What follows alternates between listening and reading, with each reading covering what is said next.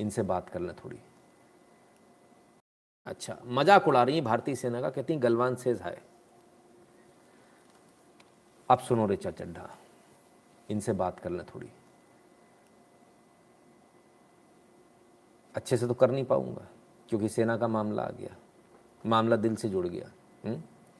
तो तेरे बाप में भी इतनी ताकत नहीं होगी कि वहां जाके खड़ा हो जाए, जिधर के लिए तू हाय लिख रही है ना। तुम्हारा काम नाचने गाने का, ठुमके लगाओ, लोग पैसे लुटाएंगे, बटोरो और निकल जाओ। इससे ज़्यादा का तुम्हारी औकात नहीं है इस देश के अंदर, और कहीं भी किसी भी देश के अंदर नहीं, क्योंकि तुमने कुछ किया ही नहीं है। तुम्हारे बाप ने भी कुछ नहीं किया, तुमने भी कुछ नहीं किया, इसलिए। और तुम्हारे माँ बाप ने तुम्हें संस्कार नहीं दिए। तुम्हें यह नहीं मालूम कि तुम्हारे साथ में गैंगरेप इसलिए नहीं हुआ क्योंकि भारत की सेना का जवान इस समय भी इतनी सर्दी में, अरे ये तो कुछ भी नहीं है, वो जो खड़ा है ना उसके ऊपर छत भी नहीं है, और पहाड़ की उन चोटियों पे खड़ा है जहाँ आधा कमर तक वो बर्फ़ में धंस चुका है, लेकिन हिल नहीं रहा हो। अगर वो हिल गया ना तो तुम्हारा कांड हो जाएगा। जिस सेना के लिए हाय गलवान लिखा है, गलवान सेज हाय, उस सेना की वजह से तुम हो, तुम्हारी वजह से सेना नहीं है। ये देश अगर है तो भारत के उन वीर सपूतों की वजह से जो इस समय बॉर्डर पे खड़े हैं, जो इस समय बॉर्डर पे कोई लड़ाई नहीं हो रही, कोई युद्ध नहीं है, सिर्फ रात में चौकीदारी कर रहे हैं। चौकी पर जो होता ना उसको चौकीदार बोलते हैं। कुछ लोगों ने बोला चौकीदार चोर है, हमने कहा चौकीदार चोर है फिर तो कल्याण ही हो जाएगा इस देश का। तो वो जो चौकीदारी कर रहे हैं ना आपकी, वो तुम्हारे बाप के नौकर नहीं हैं, तुम्हारे बाप ने उन्हें खरीदा नहीं है, ना तुम्हारे खानदान में इतनी औकात है कि तुम एक सैनिक को भी खरीद सको। ऐसे प्रयास बहुत लोग करते हैं, सफल नहीं होते। बड़े शर्म की बात है कि भारत में ऐसा गंदा खून भी जन्म लेता है जो हमारे सैनिकों के बलिदान को गलवान सेज हाय लिख रहा है। इस जाहिल औरत को, इस नीच औरत को ये नहीं मालूम। अच्छा, ये मालूम है क्यों बोल रही है? अपने पति को इम्प्रेस करने को। इसका पति पाकिस्तानी है, इसकी अभी शादी हुई है पाकिस्तानी से, तो ये आजकल पाकिस्तान की तरफ से भौंक रही है। इस नीच को ये नहीं मालूम कि गलवान में क्या हुआ था। अगर नीच तुझे ये नहीं मालूम है कि गलवान में क्या हुआ था तो वो भी सुन, इसलिए सुन क्योंकि तुझे आवश्यकता है इसको सुनने की। गोली नहीं चली थी वहां पर, वहां हथियार से लड़ाई नहीं हुई थी। वो जो रीढ़ की हड्डियां तोड़ी गई वो हाथों से तोड़ी गई।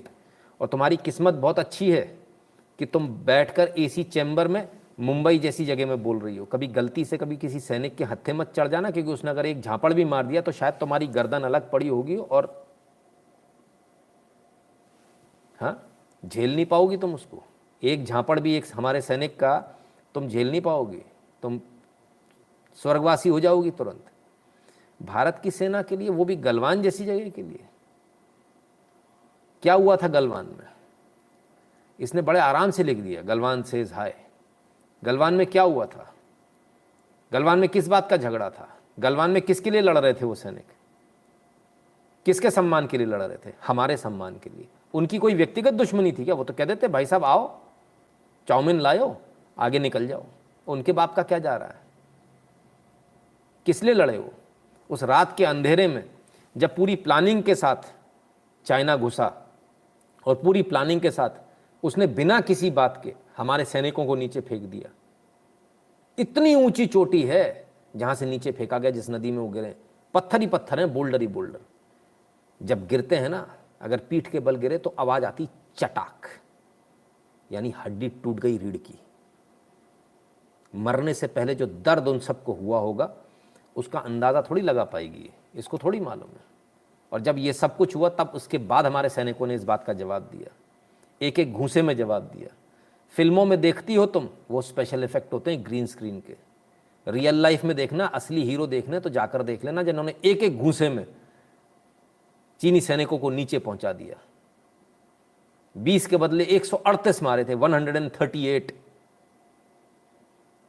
चाइना लाशें बता नहीं पाया अपने सैनिकों की, अपने देश को जवाब दे नहीं पाया कि 20 के बदले में 138 कैसे मर गए। पकड़ पकड़ कर घुटनों पर, जांघों पर रखकर दबा दिया दो तरफ से, तो तो चट की आवाज आई, लकड़ी टूटने जैसी, रीढ़ की हड्डियां तोड़ तोड़ के और गर्दन की हड्डियां तोड़ तोड़ कर फेंका। गर्दन की हड्डी सबसे मजबूत हड्डी होती है। मैडम, तुम ठुमके लगाओ, तुम्हारी इससे ज्यादा की औकात नहीं है। सेना के बारे में कभी बोलना मत, कभी हिमाकत करना मत, क्योंकि ये सैनिक तुम्हारे नौकर नहीं है। ये सैनिक भारत माता के सपूत हैं। उनमें और तुम में जमीन आसमान का फर्क है। वो हर पल इस देश के लिए जी रहे हैं और हर पल तुम इस देश के साथ गद्दारी कर रही हो, इसका फर्क है। तो तुम जैसी नीच में और उनमें जमीन आसमान का फर्क है। तुम तो पैरों के धूल के बराबर भी नहीं हो एक सैनिक के। तुम क्या बात करोगी गलवान से जाए? हमारे 20 वीर गति को प्राप्त हुए सैनिकों का मजाक किस तरह से उड़ाया। कोई देश विश्व के अंदर इतना गंदा खून नहीं होगा सर, किसी देश के गंदे से गंदे नागरिक में, कि वो अपने देश के जो वीर गति को लोग सैनिक प्राप्त हुए उनका मजाक उड़ाए। ये कोई नदन कमांड के आर्मी कमांडर का मजाक नहीं उड़ रहा है, ये भारतीय सेना का मजाक नहीं उड़ रहा है, ये उन शहीदों का मजाक उड़ रहा है जो वहां पर इतनी वीरता के साथ लड़े। जब बुलाया गया, जो उनका जो कमांडर था ना, उसको जब चाइना में बुलाया गया था, जब उनका प्रोग्राम चल रहा था, और जब वहां पर वो मोमेंटम दे रहे थे, मेमेंटोस दे रहे थे, ले भैया ये ले जा, तूने बड़ा अच्छा काम किया, तो वहां चीनी जो उनका कमांडर था वो बताते बताते रोने लगा कि किस कदर भारतीयों ने हमें मारा था। वो रोने लगा सर। चीन में आज भी अगर वहां से उनकी बस भरी जाती है और ये कहा जाता है कि भारत के बॉर्डर पे जाना, बड़ी खुशी खुशी जाते हैं, हाँ हाँ हम लड़ने जा रहे हैं, हम किसी की ऐसी तैसी करेंगे, और जैसे ही बताया जाता है भारत के बॉर्डर पे जा रही है, बस रोने लगते हैं बैठकर। इस 2 कौड़ी की छोकरी को ये नहीं मालूम? तेरे को भेजें गलवान तो खड़ी हो पाएगी वहां पर, सियाचिन में खड़ी हो पाएगी?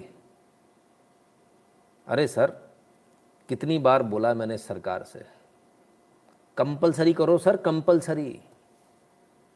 सेना की ट्रेनिंग सबके लिए कंपलसरी, जो स्कूल कॉलेज वाले हैं उनके लिए तो करो ही करो, हम सब के लिए भी करो। हम जो निकम्मे घर पे बैठे, देश में रहना होगा तो आपको सेना में जाके समय देना होगा, नहीं तो खाली करो। नहीं चाहिए ऐसे लोग, इन्हें बाहर करो यार। आप हिम्मत देखिए, हिमाकत देखिए। और उसके बाद ट्वीट डिलीट कर दिया, एपोलॉजी। हम भी 4 गाली देने के बाद एपोलॉजी मांग लेंगे, हम भी दें माँ बहन की गालियां यहाँ से, और उसके बाद में एपोलॉजी कह देंगे, यार सॉरी सर गलती हो गई मैडम। ये बेहूदगी, गजब गंदा खून है साहब, गजब का गंदा खून है। ऐसा गद्दारी वाला गंदा खून मैंने आज तक नहीं देखा कि अपने सैनिकों के बलिदान को इस प्रकार से कोई मजाक उड़ा रहा है। हमें, और सोचिए कल की बात है, कल ही हम इस बारे में बात कर रहे थे कि किसी ने लाइव में लिखा कि मेरे पति जो है देश की सेवा करते करते वीर गति को प्राप्त हुए। हमने कहा आपको कुछ नहीं देना, और कल ही हमने नियम बनाया